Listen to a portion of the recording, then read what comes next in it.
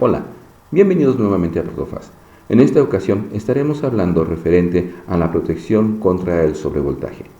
Dentro de las fuentes de voltaje, uno de sus principales problemas es el mal dimensionamiento de las mismas.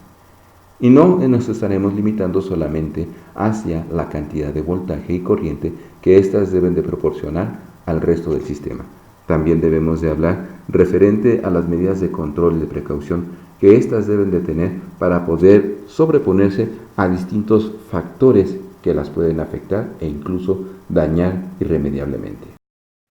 Estos elementos o factores son 5 en concreto, que van desde el bajo voltaje, el alto voltaje, microinterrupciones, falla de voltaje y el surge.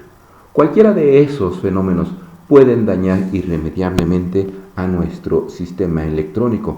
En esta imagen podemos ver cómo este circuito integrado ha sido afectado irremediablemente en su destrucción y el funcionamiento.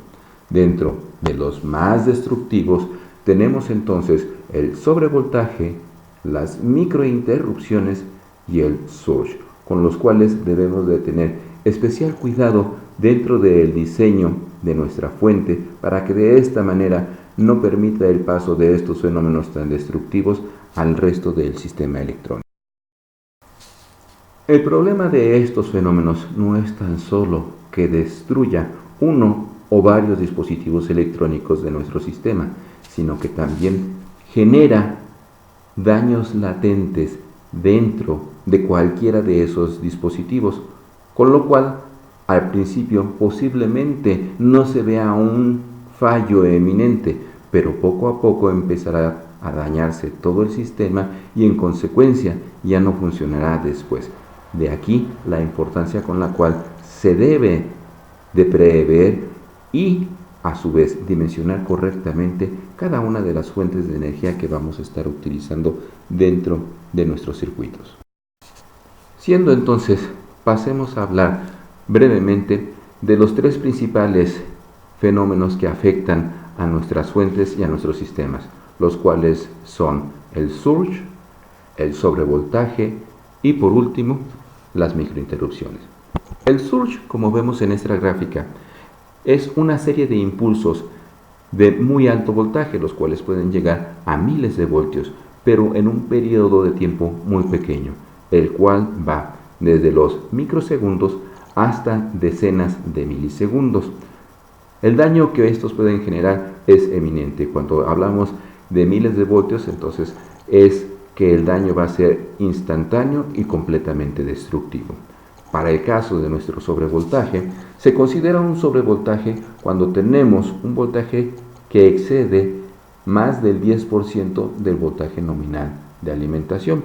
Y también aquí se ve fácilmente cuáles pueden ser los daños que estos pueden causar. Sin embargo, otro fenómeno que no ha sido muy tomado en cuenta son las microinterrupciones, las cuales podemos ver en esta gráfica.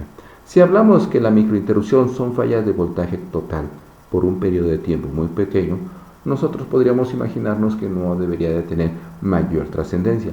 Sin embargo, el sistema cuando está trabajando y se presenta este tipo de microinterrupción, tiende a compensar la potencia demandando más corriente. Y la demanda de esa corriente la podemos ver con estos picos en la gráfica de abajo.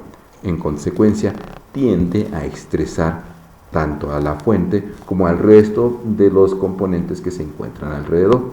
Este estrés va desde calentamiento hasta la destrucción total del sistema. En consecuencia, debemos de tener mucho cuidado de esto. ¿Cómo los podemos evitar?